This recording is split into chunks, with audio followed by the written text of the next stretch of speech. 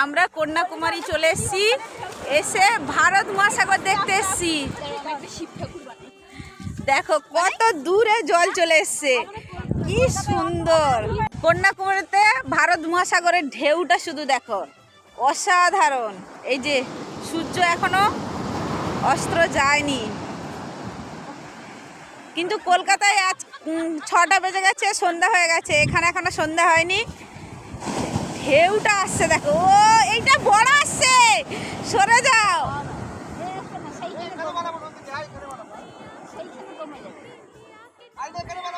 চারিদিকে দেখো সমুদ্র, সমুদ্র আর সমুদ্র।